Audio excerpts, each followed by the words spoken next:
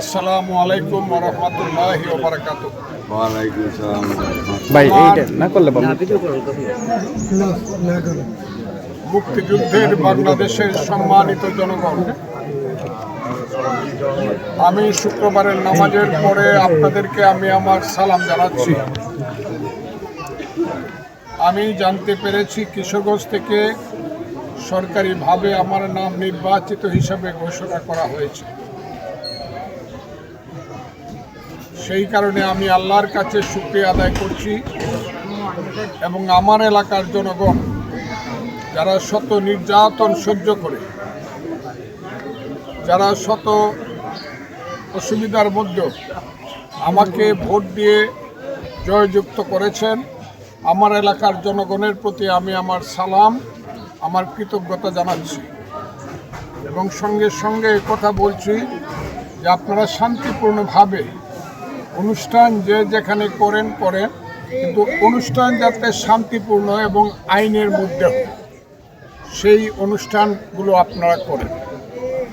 আমি আপনাদেরকে এই এলাকার মানুষকে বলবো, আমি আপনাদের জন্য যা করার উন্নয়নের জন্য যতটুকু আমার দ্বারা সাধ্য এবং বাংলাদেশের সাথে সঙ্গতিপূর্ণ সমস্ত কাজগুলো আমি করার চেষ্টা করি।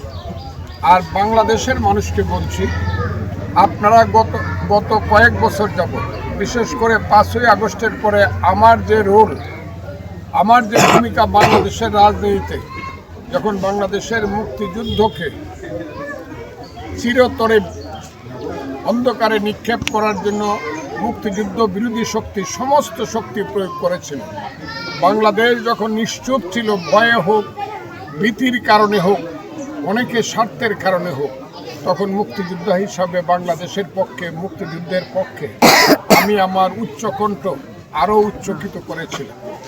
এখন আমি বাংলাদেশের মানুষকে বলবো, আমার যে ভূমিকা ছিল 5ই আগস্টের পরে মুক্তিযুদ্ধের পক্ষে, মানুষের মুক্তির পক্ষে, এদেশের অসাম্প্রদায়িকতা, ধর্মনিরপেক্ষতার পক্ষে, মানুষের পেটের ভাত, পরনের কাপড়ের পক্ষে, মানুষের চাকরি কর্মসংস্থানের পক্ষে, আমি সেই কাজগুলো থেকে এক মুহূর্তের জন্য বিরত হব না, বরং আরও সাহসিকতার সঙ্গে সমস্ত জিনিসগুলো আমি বাংলাদেশের পার্লামেন্টে তুলে ধরব এবং সেই পার্লামেন্টে এগুলোকে এক্সিকিউটিভ করানোর চেষ্টা করব।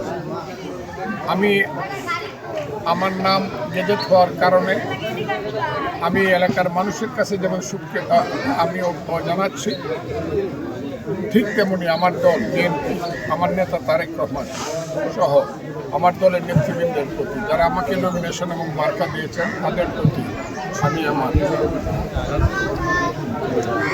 আমি আমার কৃতজ্ঞতা প্রকাশ করছি এবং আশা করছি আমি দলের পক্ষে অনেক কঠিন ভূমিকা, বড় ভূমিকা এবং ভালো ভূমিকা পালন করব।